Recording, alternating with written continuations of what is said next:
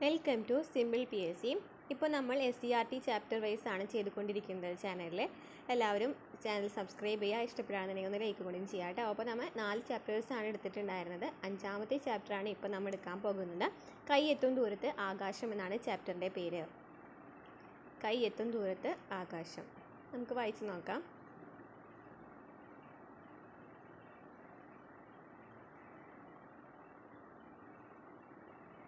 ഒരു ആൻഡ്രോമിഡയുടെ കഥ എന്ന് പറഞ്ഞിട്ട് SCERTയിൽ ചേർത്തിട്ടുള്ളതാണ്. ആൻഡ്രോമിഡയുടെ കഥ എന്ന് പറയുന്നത് എത്യോപ്യയിലെ സെഫ്യൂസ് രാജാവിൻ്റെയും കാസിയോപ്യ രാജ്ഞിയുടെയും മകളായിരുന്നു ആൻഡ്രോമിഡ. അതിസുന്ദരിയായ ആൻഡ്രോമിഡ ദേവതകളേക്കാൾ സുന്ദരിയാണെന്ന് കാസിയോപ്യ അഹങ്കരിച്ചിരുന്നു. കാസിയോപ്യയുടെ അഹങ്കാരം തീർക്കാൻ പോസിഡോൺ ദേവൻ എത്യോപ്യ ആക്രമിക്കാനായി സീറ്റസ് എന്ന രാക്ഷസനെ അയച്ചു. രാജ്യത്തെ രക്ഷിക്കാനായി സെഫ്യൂസ് രാജാവ് മകളായ ആൻഡ്രോമിഡയെ ബലി നൽകാൻ തയ്യാറായി. ഇതിനായി കടൽ തീരത്തെ പാറയിൽ ആൻഡ്രോമിഡയെ കെട്ടിയിട്ടു. പിന്നീട് പെർസ്യൂസസ് എന്ന വീരൻ സീറ്റസിനെ വധിക്കുകയും ആൻഡ്രോമിഡയെ രക്ഷിച്ച് വിവാഹം കഴിക്കുകയും ചെയ്തു.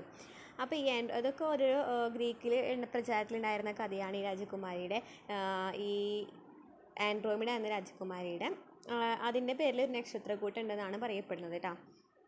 അപ്പോൾ അങ്ങനെ പല സമാനമായിട്ടുള്ള കഥകളും പണ്ടത്തെ ആൾക്കാർ ഇങ്ങനെ കുറേ സൃഷ്ടിച്ചിട്ടുണ്ടായിരുന്നു എന്ന് പറയുന്നുണ്ട്. പണ്ട് നക്ഷത്രങ്ങളെ നിരീക്ഷിച്ചവർ അടുത്തടുത്തുള്ള നക്ഷത്രങ്ങളെ കൂട്ടിച്ചേർത്ത് ചില രൂപങ്ങൾ സങ്കല്പിച്ചതും അതത് പ്രദേശത്തെ ഐതിഹ്യങ്ങളിലെ കഥാപാത്രങ്ങളുടെ പേരുകൾ നൽകിയും നക്ഷത്രങ്ങളെ വേഗത്തിൽ തിരിച്ചറിയാൻ വേണ്ടിയായിരുന്നു. നക്ഷത്രങ്ങളുടെ സ്ഥാനവും കാലാവസ്ഥയും തമ്മിലുള്ള ബന്ധം അവർ നിരീക്ഷിച്ച് മനസ്സിലാക്കി. വരൾച്ച, മഴ, നദികളിൽ വെള്ളപ്പൊക്കമുണ്ടാക്കുന്ന കാലം എന്നിവ നക്ഷത്രങ്ങളുടെ സ്ഥാനവുമായി ബന്ധിപ്പിച്ച് മനസ്സിലാക്കിയിരുന്ന കർഷകർ ഈ വിവരങ്ങൾ കൃഷിക്കായിട്ട് ഉപയോഗപ്പെടുത്തി. കൂടാതെ സഞ്ചാരികൾക്ക് ദിക്ക് മനസ്സിലാക്കാനും നക്ഷത്രങ്ങളുടെ സ്ഥാനം സഹായിച്ചു എന്ന് പറയുന്നത്. ഇതൊക്കെ ജസ്റ്റ് വായിച്ച് നോക്കാമെന്നുള്ളത്. ഇതൊന്നും അങ്ങനെ ക്വസ്റ്റ്യൻസ് ഒന്നും ചോദിക്കില്ല. എന്താണ് ആകാശം എന്ന് പറയുന്നത്? ഭൂമിയുടെ അന്തരീക്ഷത്തിന് പുറത്തുള്ള വായുരഹിതമായ സ്ഥലമാണ് ബഹിരാകാശം എന്ന് പറയുന്നത്. ഭൂമിയുടെ അന്തരീക്ഷത്തിന് പുറത്തുള്ള വായുരഹിതമായ സ്ഥലമാണ് ബഹിരാകാശം. ഇനി നമുക്ക് സൂര്യൻ പറയുന്നുണ്ട്. സൂര്യൻ എത്രയാണ് പറയുന്നത്? 13 ലക്ഷം ഭൂമി ഉൾക്കൊള്ളാവുന്ന വലിപ്പമാണ് സൂര്യൻ്റെ വലിപ്പം എന്ന് പറയുന്നത്. ഭൂമിയിൽ നിന്നും 15 കോടി കിലോമീറ്റർ അകലെയാണ്. ഭൂമിയിൽ നിന്ന് 15 കോടി കിലോമീറ്റർ അകലെയാണ് സൂര്യൻ. 13 ലക്ഷം ഭൂമി ഉൾക്കൊള്ളാവുന്ന വലിപ്പമാണ് സൂര്യനുള്ളത്. ഇനി ആൽഫ സെൻറ്റോറി എ പറയുന്നുണ്ട് അല്ലേ. 16 ലക്ഷം ഭൂമി ഉൾക്കൊള്ളാവുന്ന വലിപ്പമാണ് ആൽഫ സെൻറ്റോറി എക്ക്. ഭൂമിയിൽ നിന്ന് 40 ലക്ഷം കോടി കിലോമീറ്റർ അകലെയാണ്. അപ്പോൾ ഞാൻ പറഞ്ഞിട്ടുണ്ടായിരുന്നു ഭൂമിയിൽ നിന്നും ഏറ്റവും അടുത്തുള്ള ആകാശഗോളം എന്ന് പറയുന്നത് എന്താണ്? സൂര്യനാണ്. നക്ഷത്രം എന്ന് പറയുന്നത് സൂര്യനാണ്. സൂര്യൻ കഴിഞ്ഞാൽ ഉള്ളത് ആൽഫ സെൻറ്റോറി എ ആണ്. 16 ലക്ഷം ഭൂമി ഉൾക്കൊള്ളാവുന്ന വലിപ്പമാണ്. ഭൂമിയിൽ നിന്ന് 40 ലക്ഷം കോടി കിലോമീറ്റർ അകലെയാണ്. ഭൂമിക്ക് 50 ചന്ദ്രനെ ഉൾക്കൊള്ളാവുന്ന വലിപ്പമാണ്. ഭൂമിക്കുള്ളത് 50 ചന്ദ്രനെ ഉൾക്കൊള്ളാവുന്ന വലിപ്പമാണ്. ചന്ദ്രനോ ഭൂമിയിൽ നിന്ന് 3.84 ലക്ഷം കിലോമീറ്റർ അകലെയാണ്. അപ്പോൾ സൂര്യന് 13 ലക്ഷം ഭൂമി ഉൾക്കൊള്ളാവുന്ന വലിപ്പം, ഭൂമിയിൽ നിന്ന് 15 കോടി കിലോമീറ്റർ അകലെ. ആൽഫ സെൻറ്റോറി എ 16 ലക്ഷം ഭൂമി ഉൾക്കൊള്ളാവുന്ന വലിപ്പം, ഭൂമിയിൽ നിന്ന് 40 ലക്ഷം കോടി കിലോമീറ്റർ അകലെ. ഭൂമി 50 ചന്ദ്രന് ഉൾക്കൊള്ളാവുന്ന വലിപ്പം, ചന്ദ്രൻ ഭൂമിയിൽ നിന്ന് 3.84 ലക്ഷം കിലോമീറ്റർ അകലെ. ഇനി വേട്ടക്കാരൻ. ഒരു പ്രാവശ്യം ക്വസ്റ്റ്യൻ ചോദിച്ചിട്ടുണ്ടായിരുന്നു PSCയിലെ. വേട്ടക്കാരൻ ഡിസംബർ മാസത്തിൽ സന്ധ്യാസമയത്ത് കിഴക്കൻ ചക്രവാളത്തിൽ കാണാവുന്ന നക്ഷത്രഗണമാണിത്. ഇതിലെ നക്ഷത്രങ്ങളെ തമ്മിൽ യോജിപ്പിച്ചാൽ ഒരു വേട്ടക്കാരൻ്റെ രൂപം സങ്കല്പിക്കാനാവും. ഗ്രീക്കുകാർ ഇവരുടെ ഐതിഹ്യത്തിൽ വേട്ടക്കാരനായ ഓറിയോണിൻ്റെ പേരാണ് ഈ നക്ഷത്രഗണത്തിന് നൽകിയിരിക്കുന്നത്. അപ്പോൾ വേട്ടക്കാരൻ എന്ന് പറയുന്നതിൻ്റെ പേരെന്താണ്? ഓറിയോൺ എന്നാണ് പേര് നൽകിയിരിക്കുന്നത്. ഡിസംബർ മാസത്തിൽ സന്ധ്യാസമയത്താണ് കാണപ്പെടുന്നത്. ഇനി എന്താണ് സപ്തർഷികൾ എന്ന് പറയുന്നത്? ദൂരദർശിനിയുടെ സഹായമില്ലാതെ ഏപ്രിൽ മാസത്തിൽ വടക്കൻ ചക്രവാളത്തിൽ വ്യക്തമായി നിരീക്ഷിക്കാൻ കഴിയുന്ന നക്ഷത്രഗണമാണിത്. 7 നക്ഷത്രങ്ങളെ വ്യക്തമായിട്ട് കാണാവുന്നതിനാലാണ് ഈ കൂട്ടത്തിന് ഇന്ത്യയിൽ സപ്തർഷികൾ എന്ന പേര് വന്നത്. വലിയ തവയുടെ രൂപം സങ്കല്പിച്ച് യൂറോപ്യൻ രാജ്യങ്ങളിൽ ബിഗ് ഡിപ്പർ എന്നും ഇതിന് പേര് നൽകിയിട്ടുണ്ട്. അർസ മേജർ എന്ന നക്ഷത്രഗണത്തിൻ്റെ ഭാഗമായാണ് ഇത് കാണപ്പെടുന്നത്. അപ്പോൾ സപ്തർഷികൾക്ക് എന്ത് പേരുണ്ട്? ബിഗ് ഡിപ്പർ എന്ന പേരുണ്ട്. അതുപോലെ തന്നെ അർസ മേജർ എന്ന നക്ഷത്രഗണത്തിൻ്റെ ഭാഗമായിട്ടാണ് സപ്തർഷികൾ കാണപ്പെടുന്നത് കേട്ടോ. നെക്സ്റ്റ് പറയുന്നത് ബഹിരാകാശ നിലയം എന്താണെന്ന് പറയുന്നുണ്ട്. ബഹിരാകാശത്തൊരുക്കിയ പരീക്ഷണശാലയാണ് ബഹിരാകാശ നിലയം എന്ന് പറയുന്നത്. ബഹിരാകാശത്ത് എന്താണ്? വായുവില്ല അല്ലേ. ബഹിരാകാശത്ത് വായുവില്ല നമുക്കറിയാം. അത് കാരണമാണ് ഓക്സിജനെ ഒക്കെ കൊണ്ടുപോകുന്നുണ്ട് അല്ലേ, ഓക്സിജൻ സിലിണ്ടറൊക്കെ. ചന്ദ്രൻ എന്ന് വെച്ചാൽ എന്താണ്? രാത്രി കാലങ്ങളിൽ ആകാശത്ത് ഏറ്റവും കൂടുതൽ തെളിഞ്ഞും വലുതായും കാണുന്നത് ചന്ദ്രനെയാണ്. ഭൂമിയുടെ ഏറ്റവും അടുത്തുള്ള ആകാശഗോളമാണ് ചന്ദ്രൻ. നക്ഷത്രമാണ് സൂര്യൻ ട്ടോ. ഭൂമി എന്ന ഗ്രഹത്തെ ചന്ദ്രൻ ചുറ്റുന്നു. ഗ്രഹങ്ങളെ ചുറ്റുന്നവയാണ് ഉപഗ്രഹങ്ങൾ എന്ന് പറയുന്നത്. ചന്ദ്രൻ എന്ന് പറയുന്നത് അപ്പോൾ എന്താണ്? ഭൂമിയുടെ ഉപഗ്രഹമാണ്. ചന്ദ്രൻ എന്ന് പറയുന്നത് ഭൂമിയുടെ ഉപഗ്രഹമാണ്. സൂര്യപ്രകാശം ചന്ദ്രനിൽ തട്ടി പ്രതിഫലിക്കുന്നതാണ് ചന്ദ്രൻ്റെ പ്രകാശമായിട്ട് നാം കാണുന്നത്. സൂര്യപ്രകാശം ചന്ദ്രനിൽ തട്ടി പ്രതിഫലിക്കുന്നതാണ് ചന്ദ്രൻ്റെ പ്രകാശമായിട്ട് നാം കാണുന്നത്. ഇനി ഭൂമിയോട് ഏറ്റവും അടുത്ത് സ്ഥിതി ചെയ്യുന്ന നക്ഷത്രമാണ് സൂര്യൻ എന്ന് പറഞ്ഞു.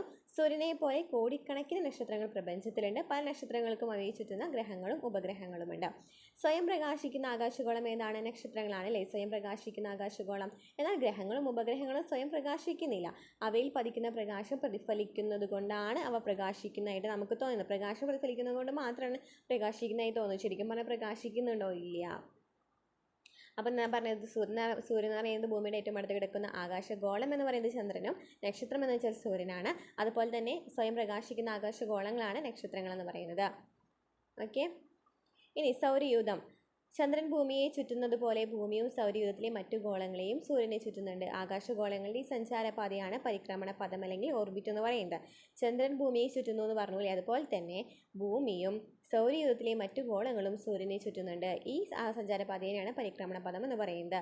സൂര്യനും സൂര്യനെ ചുറ്റുന്ന ഗ്രഹങ്ങളും ഉപഗ്രഹങ്ങളും മറ്റനേകം വസ്തുക്കളും ചേർന്നതാണ് സൗരയൂഥം, സോളാർ സിസ്റ്റം. സൂര്യനും സൂര്യനെ ചുറ്റുന്ന ഗ്രഹങ്ങൾ, ഉപഗ്രഹങ്ങൾ, മറ്റനേകം വസ്തുക്കൾ ചേർന്നാണ് സൗരയൂഥം. കൃത്രിമ ഉപഗ്രഹങ്ങൾ നമ്മളിപ്പോൾ കുറേ വിക്ഷേപിക്കുന്നുണ്ട് അല്ലേ. ക്യാമറയും മറ്റു നിരവധി ഉപകരണങ്ങളും ഘടിപ്പിച്ച് ചില യന്ത്ര സംവിധാനങ്ങൾ മനുഷ്യർ നിർമ്മിച്ച് ബഹിരാകാശത്തേക്ക് അയച്ചിട്ടുണ്ട്. അവ സദാ ഭൂമിയെ ചുറ്റിക്കൊണ്ടിരിക്കുന്നു. ഈ മനുഷ്യനിർമ്മിത യന്ത്രങ്ങളെയാണ് കൃത്രിമ ഉപഗ്രഹങ്ങൾ എന്ന് പറയുന്നത്. ഇത്തരം കൃത്രിമ ഉപഗ്രഹങ്ങളാണ് GPS പോലുള്ള സേവനങ്ങൾ ലഭ്യമാക്കുന്നത് എന്ന് പറയുന്നുണ്ട്. ഇനി ഇന്ത്യയുടെ കൃത്രിമ ഉപഗ്രഹങ്ങൾ ഏതൊക്കെയാണ്? കൃത്രിമ ഉപഗ്രഹങ്ങൾ നമുക്ക് നൽകുന്ന മറ്റ് സേവനങ്ങൾ എന്തൊക്കെയാണ്? വിദൂര സംവേദനം, ആശയവിനിമയം, ഗതി നിർണ്ണയം, ശാസ്ത്ര പര്യവേഷണങ്ങൾ, വിഭവസ്രോതസ്സുകൾ കണ്ടെത്തലും രേഖപ്പെടുത്തലും, പ്രതിരോധം. വിദൂര സംവേദനം, ആശയവിനിമയം, ഗതി നിർണ്ണയം, ശാസ്ത്ര പര്യവേഷണം, വിഭവസ്രോതസ്സുകൾ കണ്ടെത്തലും രേഖപ്പെടുത്തലും, പ്രതിരോധം. അതിനൊക്കെ സഹായിക്കുന്നുണ്ട്. ഇതിനായിട്ട് പല സാറ്റലൈറ്റുകൾ നമ്മൾ വിക്ഷേപിച്ചിട്ടുണ്ട് അല്ലേ. അപ്പോൾ ഏതൊക്കെയാണ് വിക്ഷേപിച്ചിട്ടുള്ളത്? കൃത്രിമ ഉപഗ്രഹം ഇൻസാറ്റ്. എന്തിനാണ് ഉപയോഗിക്കുന്നത്? ഇൻസാറ്റ്, വാർത്താവിനിമയം. ഇൻസാറ്റ് എന്ന് പറയുന്നത് വാർത്താവിനിമയമാണ്. അപ്പോൾ നമുക്ക് എന്താ ആലോചിക്കാം, ഇന്ന് ചുള്ളിലല്ലേ, അപ്പോൾ നമ്മൾ ഉള്ളിൽ ഇരുന്നിട്ടാണല്ലേ വാർത്തയൊക്കെ കാണാറ്. അപ്പോൾ ഇൻസാറ്റ് എന്ന് പറയുന്നത് വാർത്താവിനിമയമാണ്. എഡ്യൂസാറ്റ് വിദ്യാഭ്യാസമാണ്. എജു എന്ന് തന്നെ പേരിൽ നിന്ന് നമുക്ക് കിട്ടില്ല. എഡ്യൂക്കേഷൻ എന്ന് പറയുമ്പോൾ വിദ്യാഭ്യാസം. IRNSS എന്ന് വെച്ചാൽ ഗതി നിർണ്ണയം. IRNSS എന്ന് പറയുന്നത് ഗതി നിർണ്ണയം. കാർട്ടോസാറ്റ് ഭൗമനിരീക്ഷണത്തെയാണ് കാർട്ടോസാറ്റ് എന്ന് പറയുന്നത് ഭൗമനിരീക്ഷണമാണ്. ആസ്ട്രോസാറ്റ് എന്താണ്? ജ്യോതിശാസ്ത്ര പഠനമാണ്. GSAT-7ഉം എമീസാറ്റുമാണ് പ്രതിരോധം. പ്രതിരോധം എന്ന് വെച്ചാൽ എന്താണ്? GSAT-7ഉം എമീസാറ്റുമാണ് പ്രതിരോധം. അപ്പോൾ എന്തൊക്കെയാണ്? ഇൻസാറ്റ് വാർത്താവിനിമയം, എഡ്യൂസാറ്റ് വിദ്യാഭ്യാസം, IRNSS ഗതി നിർണ്ണയം, കാർട്ടോസാറ്റ് ഭൗമനിരീക്ഷണം, ആസ്ട്രോസാറ്റ് ജ്യോതിശാസ്ത്ര പഠനം, GSAT-7 എമീസാറ്റ് പ്രതിരോധം.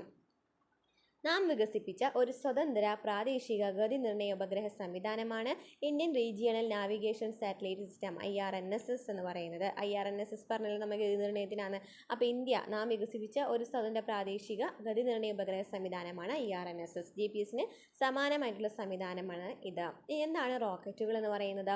ഉപഗ്രഹങ്ങളെയും ബഹിരാകാശ പേടകങ്ങളെയും ബഹിരാകാശത്ത് എത്തിക്കാൻ ഉപയോഗിക്കുന്ന വാഹനങ്ങളാണ് റോക്കറ്റുകൾ എന്ന് പറയുന്നത്. ഉപഗ്രഹങ്ങളെയും ബഹിരാകാശ പേടകങ്ങളെയും ബഹിരാകാശത്ത് എത്തിക്കാനായിട്ട് ഉപയോഗിക്കുന്ന വാഹനങ്ങളാണ് റോക്കറ്റുകൾ.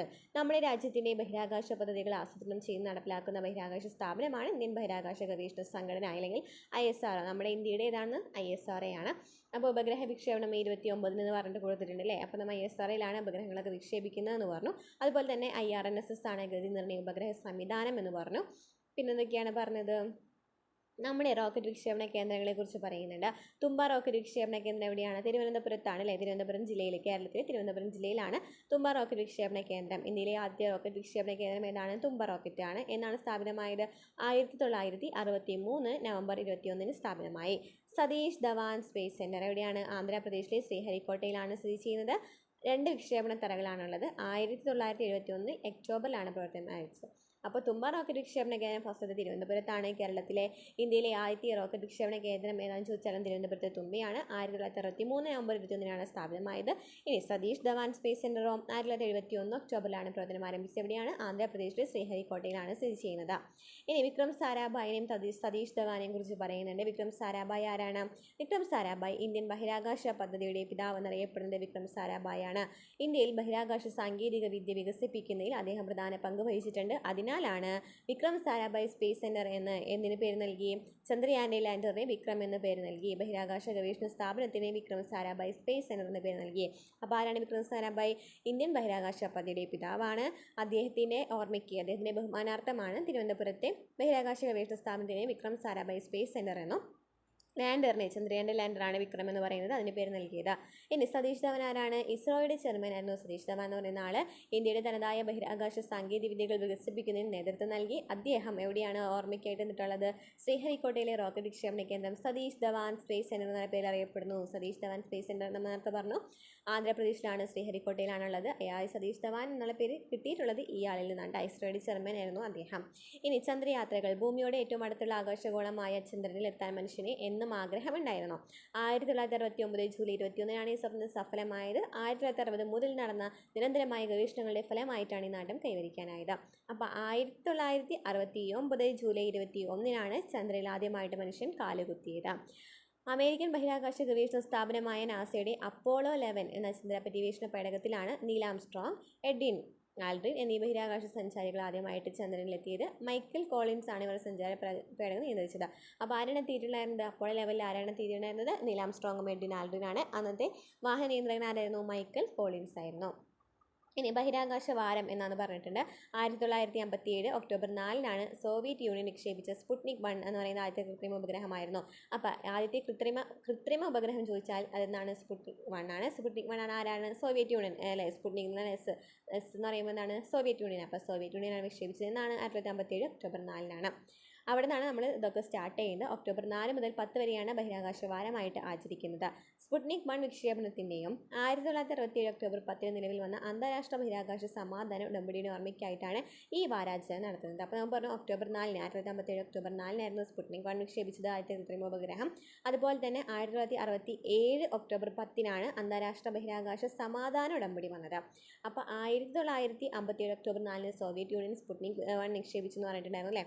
അപ്പോൾ ഒക്ടോബർ 4 കിട്ടി. അതുപോലെ തന്നെ 1967 ഒക്ടോബർ 10 അന്താരാഷ്ട്ര ബഹിരാകാശ സമാധാന ഉടമ്പടി വന്നിട്ടുണ്ടായിരുന്നത് ഒക്ടോബർ 10. അപ്പോൾ ഒക്ടോബർ 4 മുതൽ ഒക്ടോബർ 10 എന്ത് ആചരിക്കുന്നത്? അന്താരാഷ്ട്ര ബഹിരാകാശ സമാധാന ഉടമ്പടി ഓർമ്മിക്കാണ്ടാണ് ഈ വാരാചരണം നടക്കുന്നത്, ബഹിരാകാശ വാരമായിട്ട് ആചരിക്കുന്നത്. ഇനി ഇന്ത്യയുടെ ചന്ദ്രദൗത്യങ്ങൾ പറയുന്നുണ്ട്. ഇന്ത്യയുടെ ചന്ദ്രദൗത്യങ്ങൾ ചന്ദ്രയാൻ 1, 2, 3. ചന്ദ്രയാൻ 1 എന്നാണ് നമ്മുടെ രാജ്യത്തിൻ്റെ ആദ്യത്തെ ചാന്ദ്ര പര്യവേഷണ പേടകമാണ് ചന്ദ്രയാൻ 1 എന്ന് പറയുന്നത്. 2008 ഒക്ടോബർ 22 ശ്രീഹരിക്കോട്ടയിൽ നിന്നാണ് ഇത് വിക്ഷേപിച്ചത്. ചന്ദ്രൻ്റെ 100 കിലോമീറ്റർ അകലെയുള്ള പരിക്രമണ പഥത്തിലൂടെ ചുറ്റി സഞ്ചരിച്ച ചന്ദ്രൻ്റെ ഉപരിതലത്തെക്കുറിച്ച് പഠനം നടത്തുകയാണ് ചന്ദ്രയാൻ 1 ചെയ്തത്. അപ്പോൾ എന്താണ് ചന്ദ്രയാൻ 1 എന്ന് പറയുന്നത്? ചന്ദ്രയാൻ 1ൻ്റെ ലക്ഷ്യം എന്താണ്? ചന്ദ്രൻ്റെ 100 കിലോമീറ്റർ അകലെയുള്ള പരിക്രമണ പഥത്തിലൂടെ ചുറ്റി സഞ്ചരിച്ച് ചന്ദ്രൻ്റെ ഉപരിതലത്തെക്കുറിച്ചിട്ടുള്ള പഠനം നടത്തുകയാണ് ചന്ദ്രയാൻ 1 ചെയ്തത്. ഇനി എന്നാണ് വിക്ഷേപിച്ചത്? 2008 ഒക്ടോബർ 22 ശ്രീഹരിക്കോട്ടയിൽ നിന്നാണ് വിക്ഷേപിച്ചത്. ചന്ദ്രയാൻ 2ൻ്റെ ലക്ഷ്യമെന്ന് പറയുന്നത് എന്തായിരുന്നു? ചന്ദ്രനിൽ ഇറങ്ങി പാറകളുടെയും മണ്ണിൻ്റെയും പ്രത്യേകതകൾ പഠിക്കുകയായിരുന്നു ലക്ഷ്യം. 2019 ജൂലൈ 22 ഇത് വിക്ഷേപിച്ചത്. 2019 ജൂലൈ 22 വിക്ഷേപിച്ചത്. ഇനി ചന്ദ്രയാൻ 3 എന്ന് പറയുന്നത് 2023 ജൂലൈ 14 വിക്ഷേപിച്ചത്. ഇറങ്ങിയതെന്നാണ് 2023 ഓഗസ്റ്റ് 23 ലാൻഡർ ഇറങ്ങിയത്. അതിൽ നിന്നുള്ള റോവർ ചന്ദ്രോപരിതലത്തിൽ സഞ്ചരിച്ച് പരീക്ഷണങ്ങളിൽ ഏർപ്പെട്ടു. അപ്പോൾ ചന്ദ്രൻ്റെ ദക്ഷിണ ധ്രുവത്തിൽ ഇറങ്ങിയ ആദ്യത്തെ പേടകമാണ് ചന്ദ്രയാൻ 3. 2023 ജൂലൈ 14 വിക്ഷേപിച്ചത്. 2023 ഓഗസ്റ്റ് 23 ലാൻഡർ ചന്ദ്രോപരിതലത്തിൽ ഇറങ്ങിയത്. മറ്റ് ഇന്ത്യൻ പദ്ധതികൾ എന്തൊക്കെയാണ്? മംഗൾയാൻ എന്ന് പറയുന്നത് ചൊവ്വ പര്യവേഷണമാണ്. ഇത് ക്വസ്റ്റ്യൻ എപ്പോഴും വരാറുണ്ട് കേട്ടോ. മംഗൾയാൻ എന്ന് പറയുന്നത് ചൊവ്വ പര്യവേഷണമാണ്. ആദ്യത്തെ L1 സൗര പര്യവേഷണമാണ്. ഗഗൻയാൻ ബഹിരാകാശ പര്യവേഷണമാണ്. അപ്പോൾ ഇത്രയ്ക്കുള്ളൂ നമ്മുടെ ചാപ്റ്റർ എന്ന് പറയുന്നത്. അപ്പോൾ നമ്മളുടെ SCERT ചാപ്റ്റേഴ്സ് ഇനിയും ക്ലാസ്സുകൾ കാണുന്നുണ്ടെങ്കിൽ നമ്മുടെ ചാനൽ സബ്സ്ക്രൈബ് ചെയ്യാം കേട്ടോ. ഇനി നമുക്ക് അടുത്ത ക്ലാസ്സിൽ കാണാം.